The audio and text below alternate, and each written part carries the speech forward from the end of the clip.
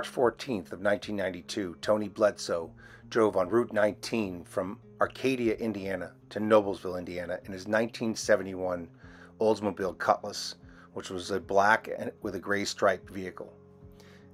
The license plate on his car was TJ's Toy, so he had a vanity license plate on the vehicle. Tony was a husband, he was a father, and he was a son. In 1992, TJ lost his job just 2 weeks before he went missing. On top of that, from what we are told and what was in the police report, Tony only had $8 in his pocket. And that doesn't get you very far in a 1971 Oldsmobile Cutlass. From some of the Indiana newspapers, I found articles that talk about Tony Bledsoe having a lead foot. He actually drove really fast. So there are many locations off of Route 19, such as the White River, as well as the reservoir.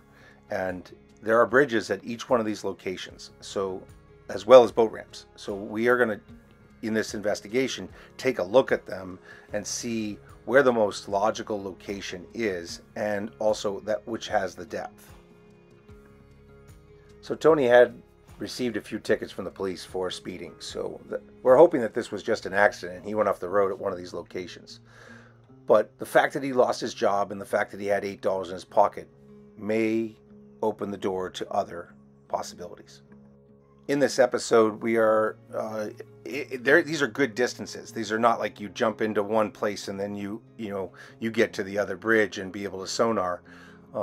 You actually have to take a speedboat. So that's what we did in this episode. Is a friend decided to help and get us to as many of the bridges as we could, so we could sonar ball, look at the depth of the water, and see if we could at least come up with somewhere around 10 locations that I can get the search teams to take a look at. And so this is mapping, as you see, of some of those locations that look probable, where he could have gone off the road if he was going too fast, and he could have just touched the guardrail and went over and disappeared.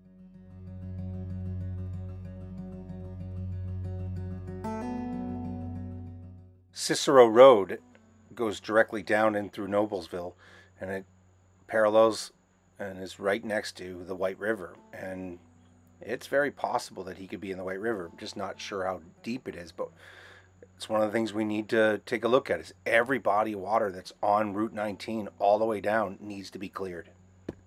Tony and his Cutlass have been missing for 32 years.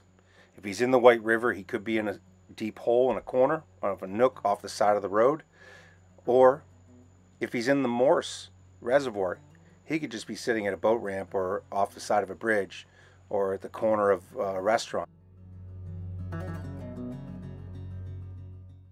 Where did Tony go normally in his life?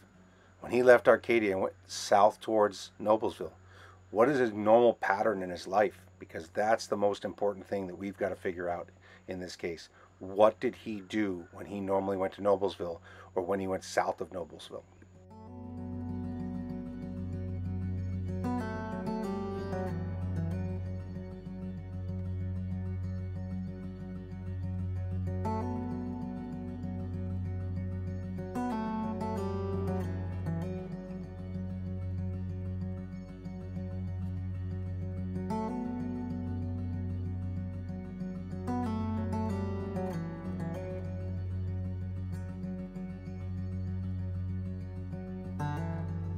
Pull into the corner and see what the depth is over in that yellow boat. Just look at, because that's the side he's coming from. Go to the fisherman and see what the fisherman's fishing at, because normally a structure that he's fishing at is a car. So see that fisherman over there? He knows that there's something object there that the fish are congregating around, and a lot of times it's a vehicle.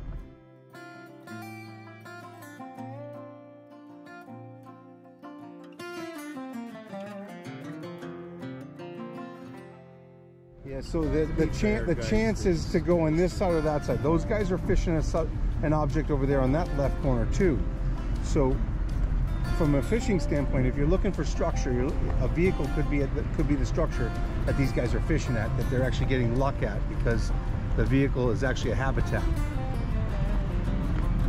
So that's why I like looking at it from a different perspective than the road. You know, but this guy's fishing, you know, on a place that very easily could have been not guardrailed like that back in '92, or there was construction zone and no one ever saw that he went through everything and into his reservoir. But this, according to Doug, is around 11 to 14 feet. There's a possibility. I learned that March 14th, 1992 was a Saturday. So, you know, it was 32 years, 5 months, and 17 days ago. It's pretty crazy that he's been gone that long. I just have a feeling that because it's a Saturday that, you know, Tony had a plan. Like, he left at 10 o'clock in the morning and he was going somewhere. Where was that location? Because there was a lot going on in the world at that time. You know, there was a Farm Aid concert on March 14th of 1992 down in Texas.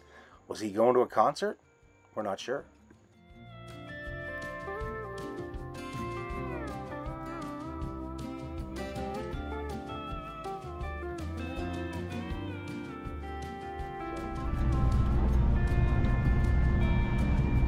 Tony Bledsoe went missing. Let's see here. 92. He had $8 in his pocket. And one of these bridges may hold the key to the whereabouts of his 1971 Cutlass that are gray and are black with a black stripe, or it's gray and black in color. It could be a pinstriping or a double stripe. But Mr. Bledsoe had lost his job in March, early March, so less than 2 weeks before this, and then disappeared, and so did his car. Again, we're looking at the bridges on the way from Arcadia to Noblesville, because that was the trip that he was last seen on at 10 o'clock in the morning.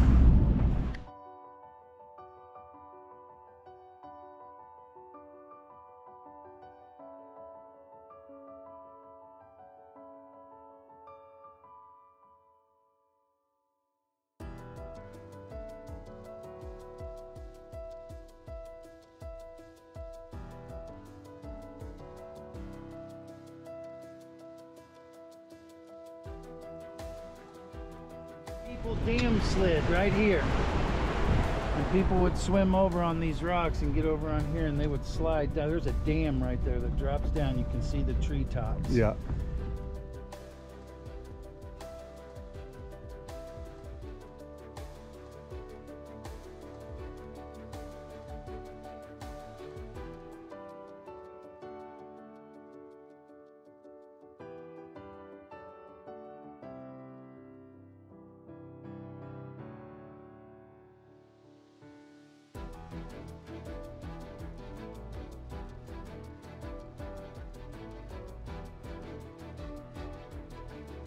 I don't know how he could have gotten out here necessarily. I think this road that goes along this area here was blocked. I don't think you can just... 92. Again, we'd have to look at 92. Yeah. So it's a possibility. I mean, again, off of that end on that side too, back in the day, he could have jumped that. Yeah. Again, if he was interested in doing a little Dukes of Hazzard, you'd jump that, but that means you'd have to check on the other side of the buoys. Right there where all those cars are parked, I believe that's just a restaurant that's been there. There. So they were on the top up there at this rest area, there is the ability to run your car off the side of that embankment back in the day, but the fencing looks like it's been intact since 1975 or 80, so I'm sure that fencing has been there the whole time. He could roll in from the frontage though, just come right off the parking lot and go right in. Yeah, right on in. Yeah, right on in. And the same thing at this park here. Beach, because that fence has not always been there. So I mean, there's a possibility, but depending on the depths. But this whole section should be looked at. They put that fence back up in the day because I think some little kid wandered.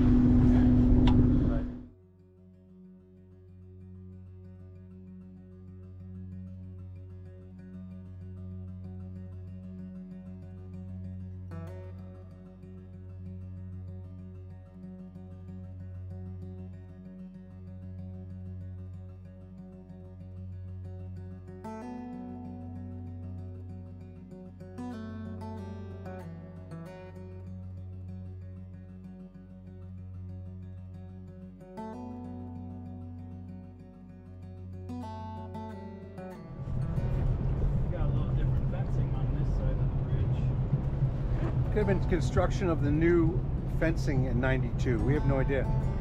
The new green fence.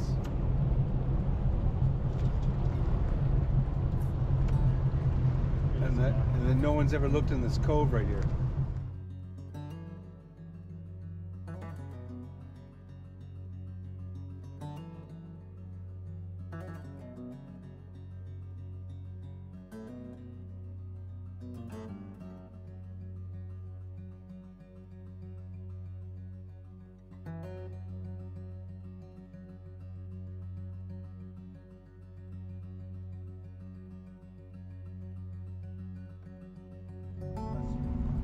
So West Jackson Street in the Morse Reservoir. So again, very plausible if there are any repairs going on in 1992 on the bridge and no one noticed that something hit it. There is access also at the bottom of the to a boat ramp right down there. Let's check that out. Let's go look at that boat ramp, buddy. So you got that boat ramp over there, which is definitely a possibility where you got one rail at the actual ramp and the rest of it's open. Yeah, that's Wolfie's. So yeah, Wolfie's is a possibility. Well, yeah, and also if you look around that hole, that water goes up in there a bit. Yeah, he could have pulled in there.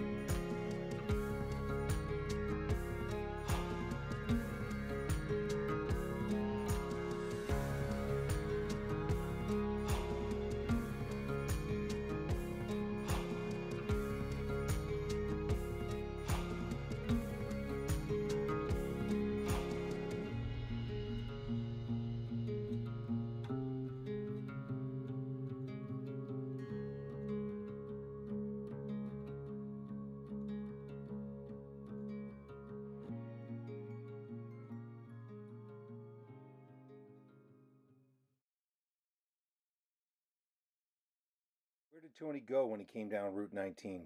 Did he take a right and cross over the Morse Reservoir? Did he actually take a right before he got to the Morse Reservoir and came down the backside?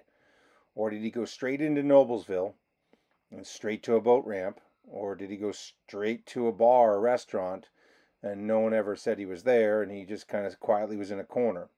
We're not really sure. So I think the biggest thing is that we need to do more research with regard to his travel pattern of that day or his normal travel pattern. Where did he go to lunch? Where did he go to dinner?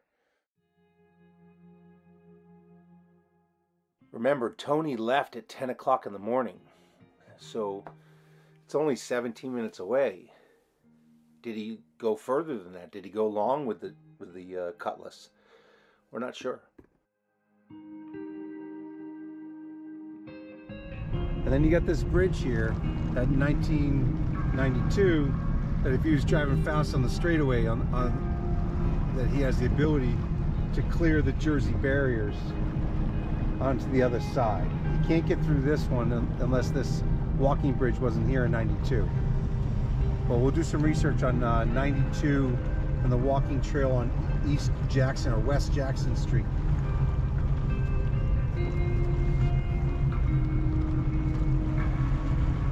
He had a bar and grill right here. Who knows if he went to that before he took off.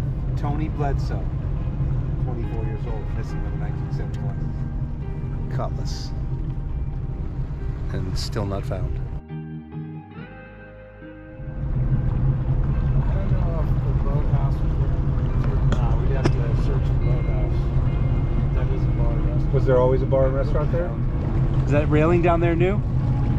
You can probably clear the Jersey barriers and girders on this bridge with just the right speed and hitting the corner wrong.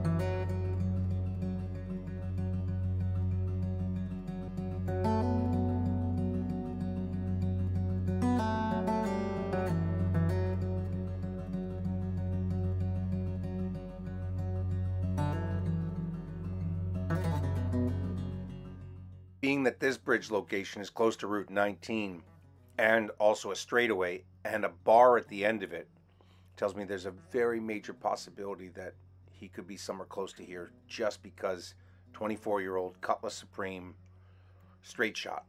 Get your attention, but you wouldn't look at it and go, hey, somebody died here. Somebody went in the water. And they repair stuff all the time, and then they don't know. They just think something banged into it. This, for me, of what we've looked at so far, this seems, of bridges anyway, this is the more probable of the bunch. Yep. Now, the one we can't see yet. And I bet you, the possibility even on that side. You can go in on either side. I got to go to the map to see the one that's blocked off right now because of construction. That's the one that I think is the most likely, and we can't see it. You can get there with this.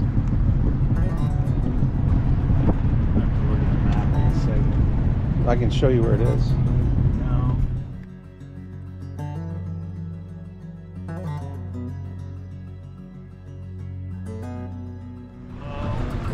Now, when you do directions from Arcadia to Noblesville, it takes you that way as the shortest route.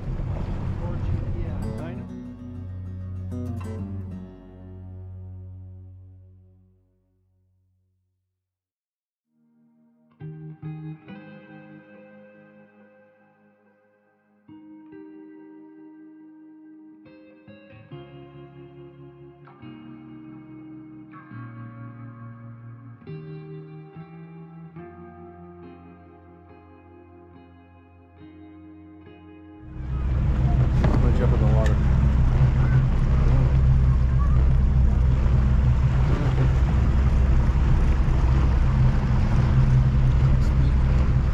Right behind you.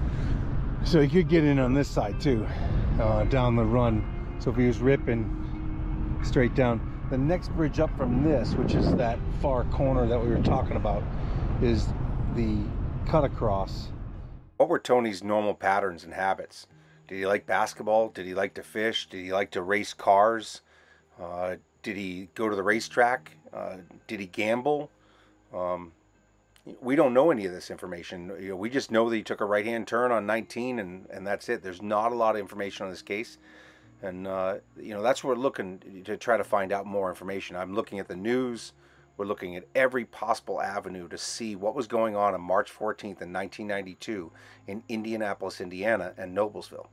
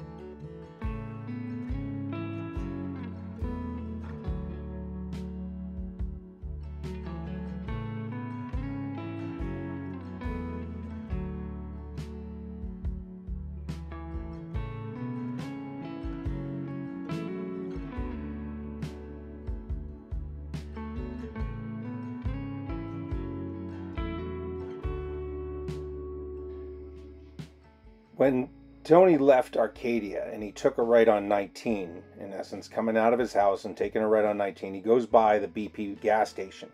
Again, he has $8 in his pocket. Did he stop for gas? Or did he just keep on going because he had gas, but $8? And, you know, where was he headed? You know, with $8 in his pocket, was he headed to Cicero? Was he headed to the Morse Reservoir? Was he headed to a friend's? What occurred?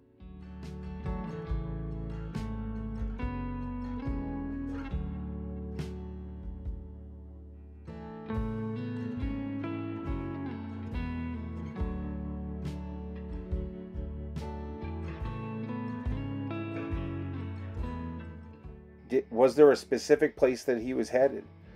Was he headed beyond that to his work, or was he directly going to a body of water that he knew?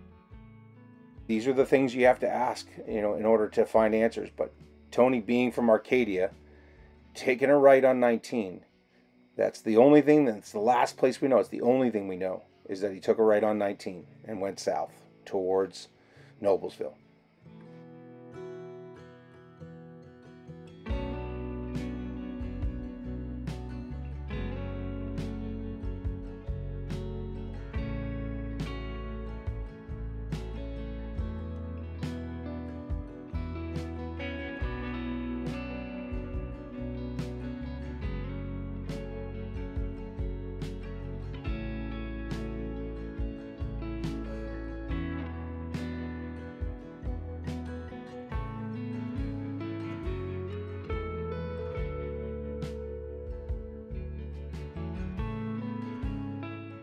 Every time we go under a bridge, we wonder if that's the location that Tony Bledsoe ended up and where he rests. And it's the same thing for families. Families, you know, drive near bodies of water and they look at it and they wonder, you know, is my son or is my brother or is my father in that body of water? And so with every bridge and with every question that we can answer, and give answers to by double checking these locations where there's a possibility and a high probability that a person could have gone in, gives answers to families of lost loved ones that make a big difference in their lives, because they can take a deep breath when they drive by that body of water.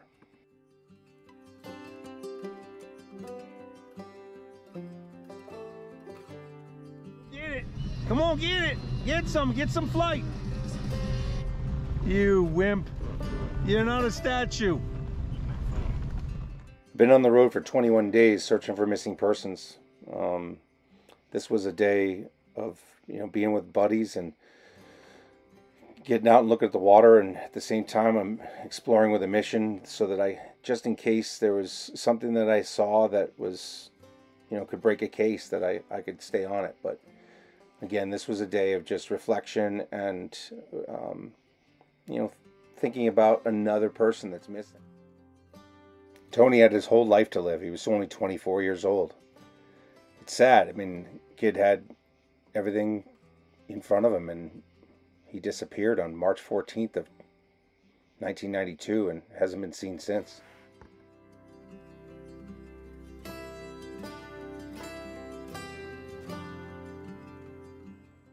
Doug and I keep doing recon, and we're looking at every bridge and every overpass and every location where there's water on both sides of an opening where these boats pass through, where there's a possibility that the water is 11 to 14 feet deep or even deeper.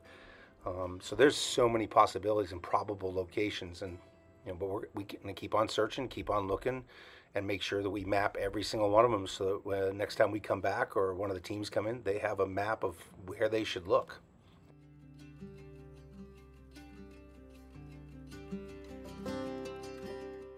At this point, we've identified more than 10 locations, 10 bridges, or 10 entry location possibilities, boat ramps and the like, that our teams can go in and start to really identify which ones are clear and which ones actually might have a vehicle sitting at the base of them. We have a feeling that Tony's here. It's just a matter of time before we bring him home. So many lost loved ones are just a page on the internet or a page in NamUs. We can't forget that these people are still missing, and Tony Bledsoe is no different. Tony has children. Those children are waiting for answers. Tony has a family. They're waiting for answers. It's about time that we start to really look at cases like Tony Bledsoe's and try to do everything we can to bring these individuals home. If you have any information with regard to what was going on March 14th of 1992, March 15th of 92 in this region, please leave a comment in the chats and talk about it, because if there were special events going on that day, maybe that's where Tony was headed. Was there a country bar opening? Was there a baseball game? Was there something that he wanted to go see, a concert? So any information would be very helpful. So there's a boat ramp over there on the side that goes right in. On the mapping, it shows a boat ramp right over there that has a blacktop end and concrete. In between the bridge and the other thing, there's a space. There's a hot fire hydrant coming down the driveway. And then that's one. I think he went in right here on one of the most dangerous bridges in the area.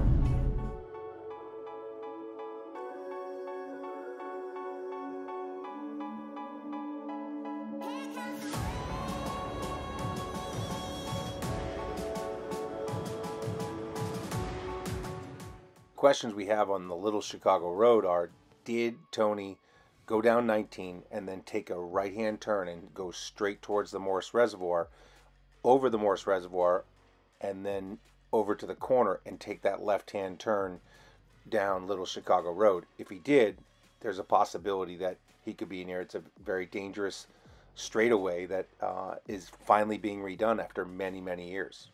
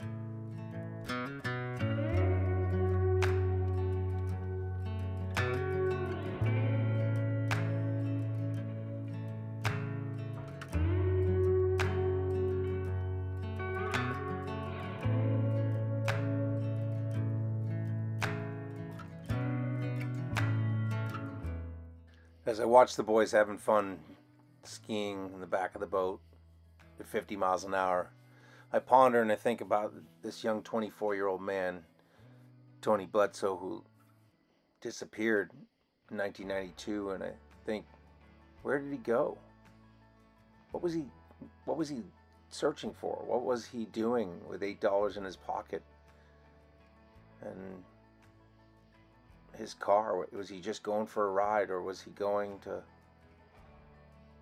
meet a friend, or what was happening that day?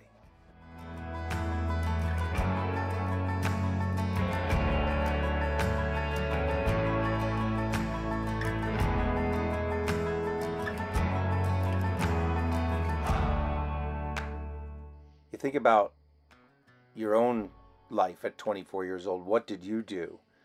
Did you go to a parking lot and do donuts, or did you take the car at 70 miles an hour and the wind in your hair and march and you know, take a deep breath after losing your job and not having work for 2 weeks, and you're down to your last $8 and you're just going to go for a beer and take a drive and ponder what it is that you need to do and what you need to accomplish to take care of your family, and decide to punch the gas, and the next thing you know, you're in the Morse Reservoir or you're in the White River.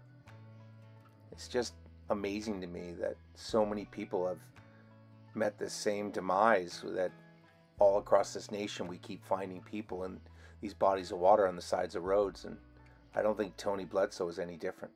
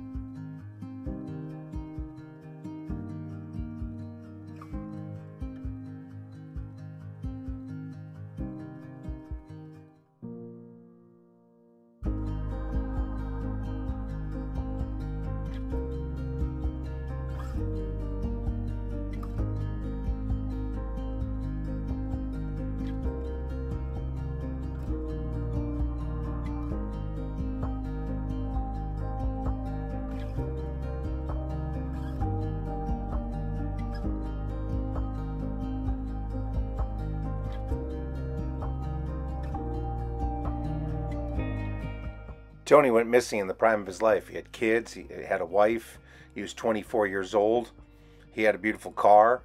You know, he lived in a beautiful section of the world here in Indiana, in, you know, somewhere between Noblesville and Arcadia, and was working in Indianapolis for Danacorp. I mean, he had a lot going on. So for him to disappear is odd. Especially, I mean, he's a 24-year-old guy. Who cares if he has $8 in his pocket? Who cares if he lost his job? You know, he has a beautiful family and a whole life ahead of him. So, you know, when we look at these cases, I mean, we really want to really focus on the accident scenario first. Could he have gone in, and is he at a location like a bridge, or is he along the concrete girder system or the concrete wall, or did he go in at a boat ramp because he parked there, or did he lose control of the vehicle and have an accident that caused him to lose his life that day on March 14th? You know, I didn't get time to really call up any of his family members or friends or go to the neighborhood that he was in. I mainly just wanted to focus on looking at the waterways that were close to Route 19 and try to get to some of these bridges where there was a crossover and locations that, you know, there's a possibility. We're also here just specifically to make sure that these people are not forgotten and tell their story. And it could just be a short story like Tony's, where we don't know much. We just know that he took a right-hand turn on 19 and then he disappeared. But if you like our videos, please like, subscribe, leave a comment. In the description, I will actually put the P.O. box for Exploring with a Mission, so that if you'd like to make a donation so we can stay on the road.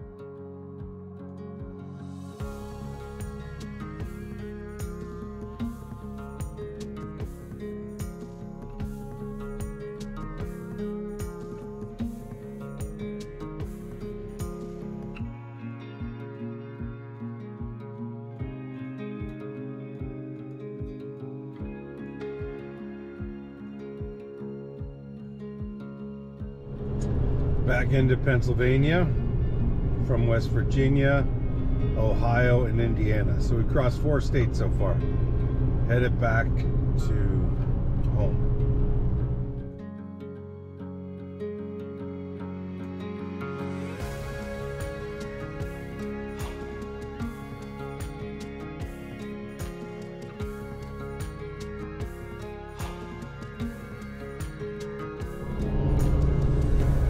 Road closed in 152 miles. Your route has been updated.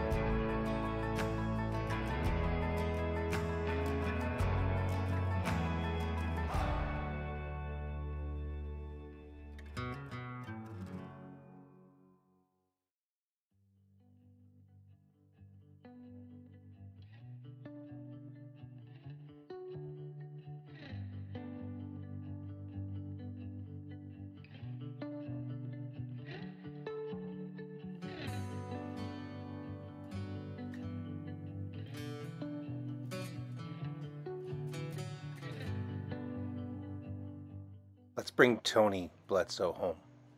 It's been a long time, and the time is now to bring him home.